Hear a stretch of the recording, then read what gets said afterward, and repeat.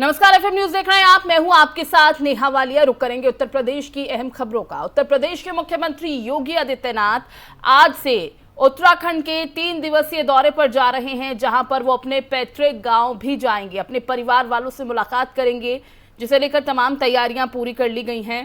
तो आज से ये 3 दिवसीय दौरा शुरू होने वाला है। इस दौरान सीएम योगी अपने गुरु महंत अवैधनाथ की प्रतिमा का अनावरण भी करने वाले हैं।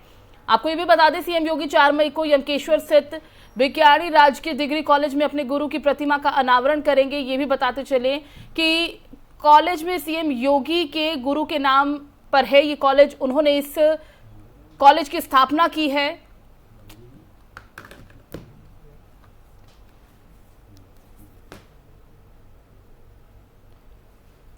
और उत्तराखंड के स्वास्थ्य और शिक्षा मंत्री डॉक्टर धन सिंह रावत के मुताबिक प्रतिमा अनावरण का भव्य कार्यक्रम होगा, जिसमें मुख्यमंत्री पुष्कर सिंह धामी मौजूद रहेंगे।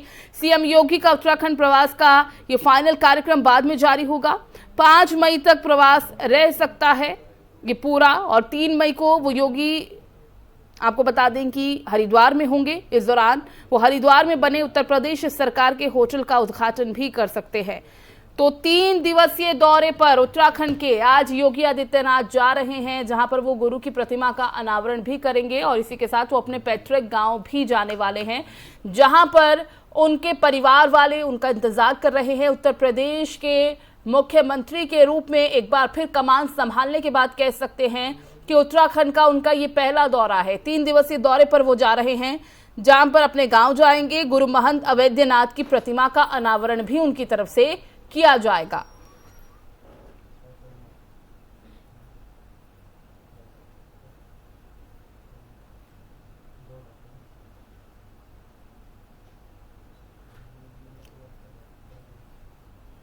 तो सीएम योगी अपने गुरु महंत अवैधनाथ की प्रतिमा का अनावरण करने के लिए सबसे पहले पौड़ी गढ़वाल के बेतियानी गांव स्थित गुरु गोरखनाथ राजकीय महाविद्यालय में आएंगे।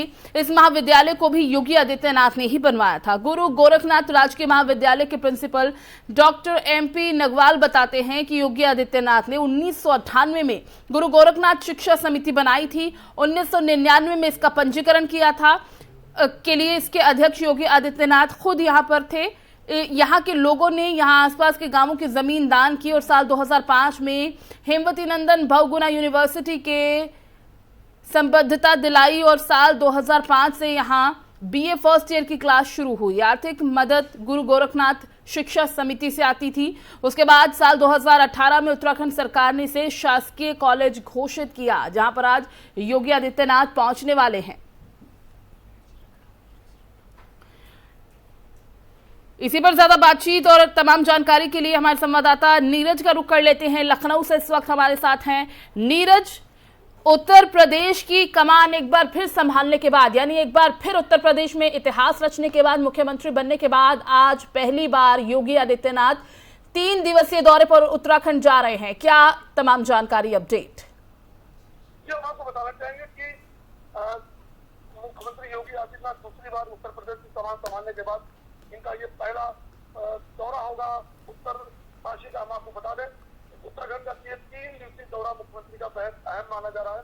आपको बता दें कि देखने वाली बात यह है कि इसमें सबसे पहले आज वो जहाँ पहुंचेंगे वहां पर अवैधनाथ की मूर्ति का अनावरण करेंगे। उसके बाद गोरखपुर महाविद्यालय अवैधनाथ महाविद्यालय का उद्घाटन भी करेंगे। फिर उसके बाद कल 4 तारीख को वो अपने परिवार में 28 साल बाद अपने पारिवारिक कार्यक्रम में शिरकत करने के लिए वो शामिल होंगे, जो कि एक नई बात निकल के आ रही है। मुख्यमंत्री योगी आदित्यनाथ 28 साल बाद अपने परिवार में किसी निजी कार्यक्रम में शामिल होंगे। आपको बता दें कि 5 तारीख को फिर वो हरिद्वार आएंगे। हरिद्वार में वो एक होटल का उद्घाटन करेंगे, जो उत्तर प्रदेश सरकार के सहयोग से बना हुआ है, उसका उद्घाटन करेंगे। तो कहीं न कहीं ये 3 दिवसीय दौरा उनका बेहद अहम माना जा रहा है, और ये एक निजी दौरे के रूप में भी देखा जा सकता है। बिल्कुल नीरज, क्योंकि जिस तरह से हमने देखा था जब विधानसभा चुनाव के नतीजे सामने आए थे, उस समय उनके परिवार वालों में खुशी बहुत थी। उनकी बहन बहुत खुश थी, कैमरा के सामने आकर उन्होंने अपनी बात भी रखी थी। हालांकि अब ये देखना होगा कि जब वो अपने गांव पहुंचेंगे, अपने परिवार वालों से मिलेंगे 28 साल बाद, तो खुशी बहुत ज्यादा होगी, और इसके लिए तमाम तैयारियां भी कर ली हैं पूरी। लेकिन आपको बताना चाहेंगे कि याद दिलाना चाहेंगे कि पिछले कोविड पीरियड में इनके पिताजी का देहांत हो गया था, तो कहीं न कहीं मुख्यमंत्री योगी आदित्यनाथ ने प्रदेश की जनता को प्राथमिकता देते हुए ये लगातार कोविड पे निगरानी रखने की वजह से अपने पिताजी के अंतिम संस्कार में भी शामिल नहीं हो पाए थे। तो कहीं न कहीं उसके बाद ये उसकी भरपाई करने के लिए आज ये पहली बार 28 सालों बाद अपने परिवार में पहुंचेंगे, तो कहीं न कहीं परिवार में खुशी का माहौल देखने को मिल रहा है। जी चलिए नीरज, बहुत बहुत शुक्रिया इस तमाम जानकारी के लिए। तो आपको बता दें कि आज उत्तराखंड पहुंच रहे हैं योगी आदित्यनाथ 3 दिवसीय दौरे पर। काफी ज्यादा अहम और खास ये दौरा माना जा रहा है उनका। और इसी के साथ आपको बताते चले कि जो विशेष तौर पर यहाँ पर रहने वाला है वो ये कि वो सबसे पहले पौड़ी गढ़वाल के बिथियानी गांव स्थित गुरु गोरखनाथ राजकीय महाविद्यालय में आएंगे। और आपको याद दिला दें कि इस महाविद्यालय को योगी आदित्यनाथ ने ही बनवाया था। उसके बाद वो अपने पैतृक गांव भी जाएंगे, जहां पर करीब 28 साल बाद वो अपने परिवार वालों के बीच में होंगे, उनसे मुलाकात करेंगे।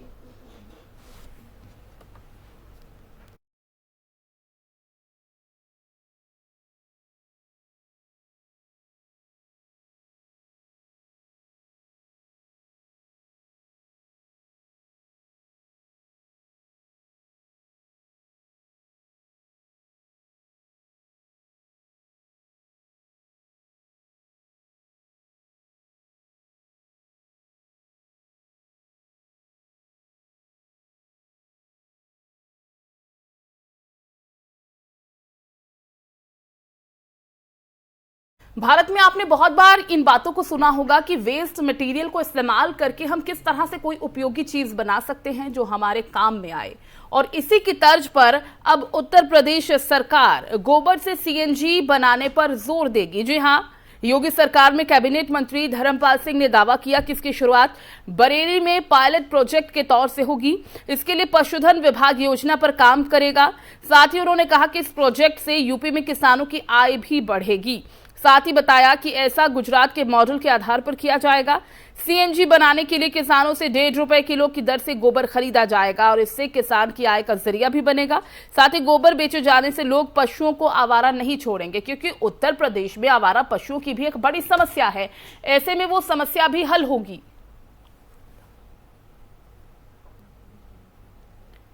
तो ज्यादा जानकारी के साथ हमारे संवाददाता नितिन हमारे साथ जुड़ गए हैं। नितिन, उत्तर प्रदेश में एक और पहल की जानी है अब कि गोबर से सीएनजी बनेगी। देखिए, मुझे लगता है कि इससे 2 समस्याएं सॉल्व हो पाएंगी अगर ऐसा हो पाता है, क्योंकि जिस तरह से सीएनजी के दाम बढ़ रहे हैं उसमें शायद रियायत मिल पाए। और दूसरी चीज कि किसानों से इसको फायदा होगा। बिल्कुल नेहा जी, आपको बताना चाहूंगा कि यूपी में गोबर से बनेंगे सीएनजी गैस। किसानों से 1.5 रुपए किलो खरीदा जाएगा गोबर। योगी सरकार का यह दावा है और उन्होंने इससे पहले कैबिनेट मंत्री धर्मपाल सिंह ने पहले इसकी जानकारी दे दी थी। और आपको बताना चाहूंगा, उत्तर प्रदेश की योगी सरकार गोबर से सीएनजी गैस बनाने की बात दे रही है, उस पर जोर दिया जा रहा है। योगी सरकार के कैबिनेट मंत्री धर्मपाल सिंह ने दावा किया था कि इसकी शुरुआत बरेली में पायलट प्रोजेक्ट के तौर पर होगी। उसके बाद यह पूरे उत्तर प्रदेश में इसको देखा जाएगा। इसके पशुधन विभाग योजना पर काम करेगा। उन्होंने कहा था कि प्रोजेक्ट में यूपी किसानों की आय भी बढ़ेगी। आपको बताना चाहूंगा कि जिस तरह से पशुधन दुग्ध विकास के कैबिनेट मंत्री धर्मपाल सिंह ने यह दावा किया था कि उत्तर प्रदेश में अब गोबर से सीएनजी बनाई जाएगी, तो उन्होंने ये भी बताया कि ऐसा गुजरात के मॉडल पर के आधार पर किया जाएगा। सीएनजी के बनाने के लिए किसानों से 1.5 रुपए किलो की दर पे गोबर की खरीदा जाएगा, जिससे किसानों की आय का जरिया बनेगा। साथ ही गोबर बेचे जाने से लोग पशुओं को आवारा नहीं छोड़ेंगे। गोबर से बनेगी सीएनजी के साथ बताना चाहूंगा कि जिस तरह से बरेली में जिस तरह से गोबर के सीएनजी के बनाने की बात चल रही थी, वही प्रोजेक्ट को देखते हुए पूरे प्रदेश में लागू किया जाएगा। इसका आदेश सीएम योगी ने लागू कर दिया है। वहीं आपको बताना चाहूंगा कि पिछले दिनों में गुजरात गए थे जब धर्मपाल सिंह, तो वहां पर इन्होंने इसको देखा था, जांचा था, परखा था उसके हालात। उन्होंने प्रोजेक्ट की बारीकियों को समझा और इसे प्रदेश में लागू करने का निर्णय लिया। उन्होंने बताया था कि गोबर से सीएनजी बनाए जाने पर वाहनों के लिए पर्याप्त सीएनजी भी उपलब्ध हो जाएगी। आपको बताना चाहूंगा कि 1862 यानी 1A 1862 डायल करने पर पहुंचेगी वेटरनरी मोबाइल सेवा। यानी पशुधन मंत्री ने यह भी बताया था किसानों के घर अब पशुओं की इलाज संभव हो जाएगी। इसके लिए प्रदेश सरकार सभी जिलों में वेटरनरी मोबाइल सेवा शुरू करने जा रही है। आपको बताना चाहूंगा कि जिस तरह से डायल 1862 में करने से वेटरनरी मोबाइल सेवा लाभ ले सकेंगे, इसी वेटरनरी सेवा के एक डॉक्टर, 2 कंपाउंडर और एक ड्राइवर रहेगा। फोन आने पर ये लोग मौके पर रहेंगे, पशुओं का उपचार करेंगे। अगर जरूरत पड़ेगी तो पशु को अस्पताल ले जाने की सुविधा भी मोबाइल के वैन पे मंत्री द्वारा दी जाएगी। आपको बताना चाहूंगा कि गो अभ्यारण्य केंद्रों में गोवंश की संरक्षित केंद्र बनाने का कार्य किया जाएगा। उन्होंने कहा है कि 15 अप्रैल से यह काम शुरू होना था, लेकिन अब 5 मई तक ये देखा जा रहा है कि 5 मई से पूरी तरीके से ये दिखाई पड़ने लगेगा और भूसा कलेक्शन का अभियान भी चलाया जाएगा। जी तो नितिन, यानी कि इससे तमाम समस्याओं का समाधान होगा और सबसे बड़ी बात, गोबर जिसका इस्तेमाल बहुत कम हम कर पाते हैं उसे भी हम उपयोग में ला पाएंगे। बिल्कुल नेहा जी, जिस तरह से गोबर को जैसे सड़कों पर फेंक दिया जाता देखता था, आवारा पशु जिस तरह से सड़कों पर गोबर फैल जाता था, गांव क्षेत्रों में देखने को मिलता था, गोबर की अहमियत नहीं समझ पाते थे। लेकिन अब गोबर कहीं ना कहीं उपयोगी बनेगा, सीएनजी के काम आएगा। और उसके साथ साथ जो जिस तरह से आवारा पशु जो छोड़े जाते थे उनकी देखभाल करने के लिए जो टीम बनाई गई है धनपाल सिंह कैबिनेट मंत्री द्वारा जो कहा गया है, तो कहीं ना कहीं ये कहा जा सकता है कि आवारा पशुओं के अलावा वो जिस तरह से लोगों के बीच में जो काम करेंगे वो बेहतर होगा और लोगों के लिए हित में होगा। जी चलिए नितिन, बहुत बहुत शुक्रिया आपका इस तमाम जानकारी के लिए। तो आपको बता दें कि योगी सरकार की ये नई पहल है और गुजरात मॉडल के आधार पर इसे शुरू किया जाएगा। गोबर से सीएनजी गैस बनाने पर जोर दिया जा रहा है, जिससे ऐसा उम्मीद की जा रही है कि किसानों की समस्याओं का समाधान होगा। 1.5 रुपए किलो की दर से इसे खरीदा जाएगा। लोग अपने पशुओं को आवारा भी नहीं छोड़ेंगे और गोबर का सही तरह से इस्तेमाल हो पाएगा।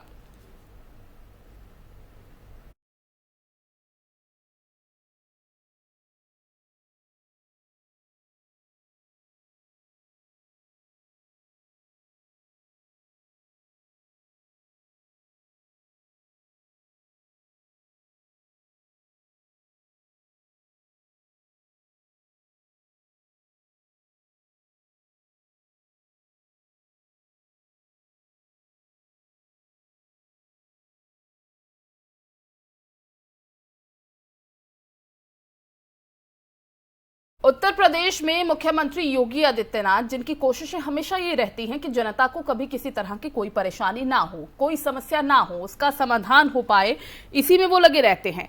तो इसी बीच आपको बता दें कि बिजली संकट को लेकर योगी आदित्यनाथ ने ऊर्जा के क्षेत्र में व्यापक सुधार की जरूरत बताते हुए सोमवार को कहा कि विभागीय मंत्री अपने महकमे की कार्यप्रणाली की गहन समीक्षा करके हर स्तर पर बदलाव की कोशिश करें।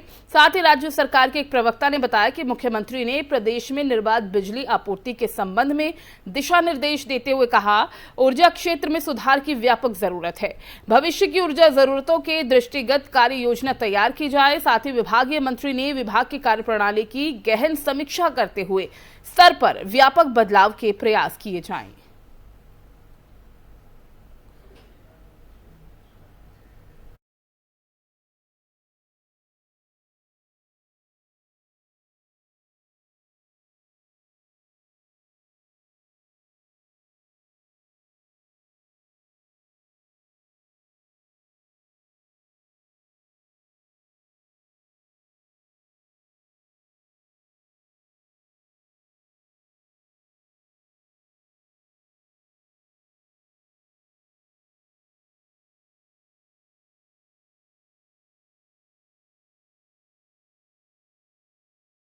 यूपी में प्रतापगढ़ सदर के पूर्व विधायक राजकुमार अपना दल में शामिल हो चुके हैं। आपको बता दें कि राजकुमार पाल अपना दल के प्रदेश अध्यक्ष बने हैं।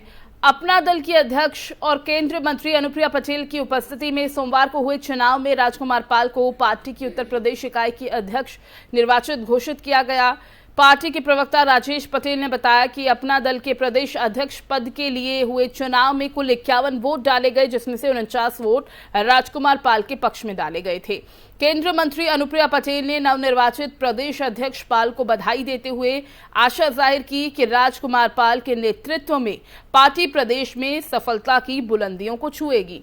तो यूपी में प्रतापगढ़ सदर के पूर्व विधायक राजकुमार पाल का हम जिक्र कर रहे हैं, जो अपना दल में शामिल हो चुके हैं, जिन्हें प्रदेश अध्यक्ष चुना गया है।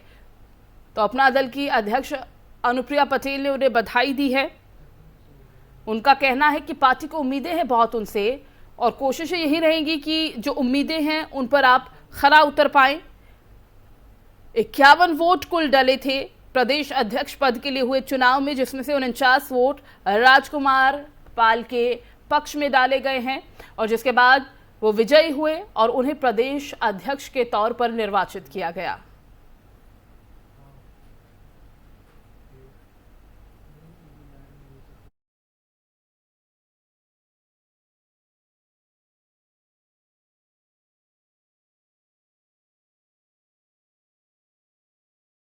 पटेल ने उन्हें बधाई दी। बधाई देते देते ये भी कहा कि आपसे बहुत सारी उम्मीदें हैं और हम यही चाहेंगे, बधाई देते हुए कहा कि आपसे पूरी आशा है कि आपके नेतृत्व में पार्टी प्रदेश में सफलता की बुलंदियों को छुए। 51 वोट डले थे कुल, जिसमें से 49 वोट राजकुमार पाल के फेवर में डले, जिसके बाद उन्हें विजयी घोषित करते हुए अपना दल में शामिल किया गया और उन्हें प्रदेश अध्यक्ष के तौर पर नियुक्त किया गया।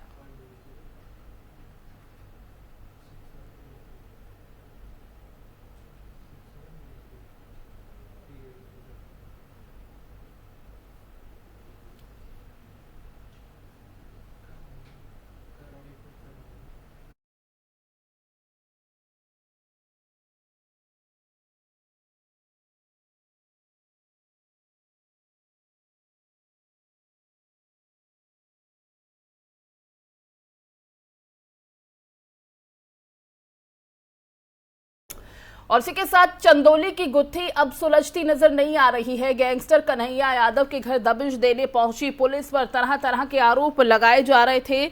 दबिश देने पहुंची पुलिस की कार्यशैली पर सवाल अब उठ रहे हैं। घर पर दबिश दिए जाने के दौरान कन्हैया यादव की बेटी की मौत हुई थी, जिसके बाद यूपी पुलिस विपक्ष के निशाने पर आ गई है। हालांकि अभी तक निशा की मौत के बाद उसके पोस्टमार्टम रिपोर्ट में ना तो किसी गंभीर चोट की पुष्टि हुई, ना ही इसे आत्महत्या माना जा रहा है। अब ऐसे में गुत्थी सुलझ नहीं रही कि आखिर कन्हैया यादव की बेटी की मौत उस दौरान हुई कैसे।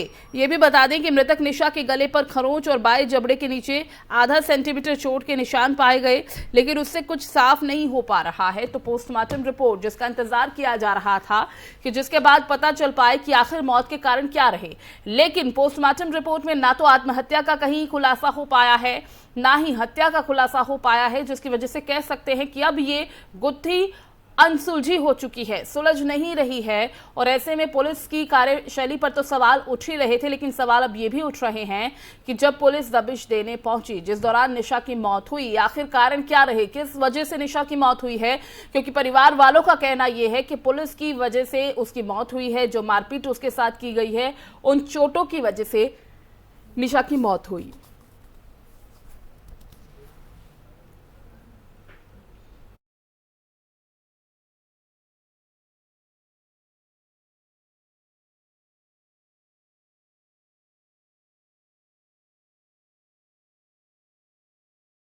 इसी खबर पर ज्यादा बातचीत के लिए हमारे संवाददाता पवन पांडे का रुख कर लेते हैं। पवन, चंदौली मामले में अब जिस तरह से पोस्टमार्टम रिपोर्ट सामने आ चुकी है, जिसका इंतजार किया जा रहा था, लेकिन इस पोस्टमार्टम रिपोर्ट में कुछ साफ नहीं हो पाया है। जी, आपको बता दें यहाँ कि चंदौली में पुलिस की दबिश के दौरान युवती के मौत के मामले में पोस्टमार्टम रिपोर्ट आई है, मौत की वजह स्पष्ट नहीं हो सकी है। ऐसे में बिसरा को सुरक्षित कर लिया गया है। आपको बता दें कि जो डीएम और एसपी चंदौली ने संयुक्त रूप से प्रेस वार्ता आयोजित की थी और वार्ता के दौरान उन्होंने कहा कि डॉक्टरों की त्रिस्तरीय पैनल द्वारा वीडियोग्राफी के साथ पोस्टमार्टम कराया गया है। इस रिपोर्ट में गले के पास मामूली खरोंच और जबड़े के नीचे आधा सेंटीमीटर की मामूली चोट जो है प्रकाश में आई है। अतिरिक्त अंगों में किसी प्रकार की चोट का निशान नहीं पाया गया है। पोस्टमार्टम रिपोर्ट में मृत्यु का कारण अभी तक स्पष्ट नहीं हो पाया है, लेकिन आपको बता दें कि पोस्टमार्टम जो रिपोर्ट आई है उसको बिसरा रिजर्व कर लिया गया है। साक्ष्यों के आधार पर उन्होंने जो संयुक्त प्रेस वार्ता की गई थी, उन्होंने कहा कि साक्ष्यों के आधार पर कार्रवाई की जाएगी। जी नहीं। तो अब क्या समझे पवन, क्योंकि जिस तरह से पोस्टमार्टम रिपोर्ट का इंतजार था उसमें कुछ खुलासा हो नहीं पाया है, पुलिस की कार्यशैली पर सवाल उठ रहे हैं, अब अगला प्रोसीजर क्या होगा? देखिए, इस मामले पे ADG law and order Prashant Kumar का भी यही साफ तौर पे कहना है कि डीएम और पुलिस अधीक्षक ने जो प्रेस वार्ता करके सभी चीजों को स्पष्ट कर दिया है, जितने भी सामने जो बात आई है उसको स्पष्ट कर दिया है। पीड़िता का पोस्टमार्टम जो हुआ है एक पैनल के द्वारा कराया गया है तथा उस पैनल में वीडियोग्राफी भी कराई गई है। उसके घर वाले की तहरीर के आधार पर अभियोग भी पंजीकृत किया गया है और थाना अध्यक्ष के ऊपर जो सेकंदराजा थाना प्रभारी हैं उनके ऊपर कार्रवाई भी की गई है। वहीं एसएसपी ने स्पष्ट किया है कि जो भी साक्ष्य सामने आएंगे उसके हिसाब से कार्रवाई की जाएगी। जी नहीं। चलिए पवन, बहुत बहुत शुक्रिया आपका इस तमाम जानकारी के लिए। तो पोस्टमार्टम रिपोर्ट जिसका इंतजार किया जा रहा था इस पूरे मामले में, उसमें अभी तक कुछ खुलासा हो नहीं पाया है। मृतक के शरीर पर जो निशान है चोट के, उससे कुछ खुलासा नहीं हो पा रहा है। और पोस्टमार्टम में यह बात साफ हो रही है कि ना ही आत्महत्या बताई जा रही है, ना ही हत्या बताई जा रही है, लेकिन पुलिस की कार्यशैली पर कई तरह के सवाल उठते नजर आ रहे हैं।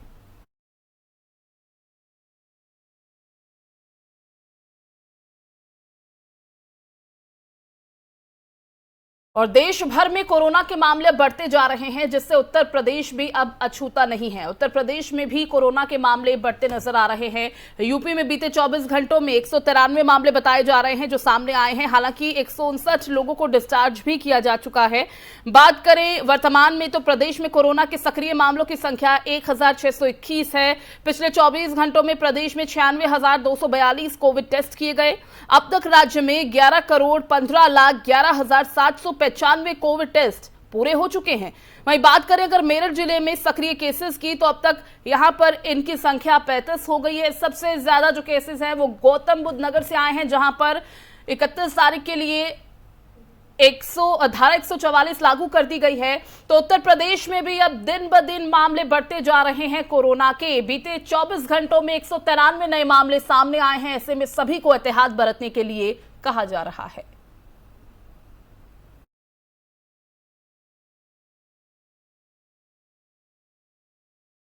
उत्तर प्रदेश की खबरों में फिलहाल बस इतना ही। बाकी अपडेट्स के लिए आप देखते रहिए FM न्यूज। नमस्कार।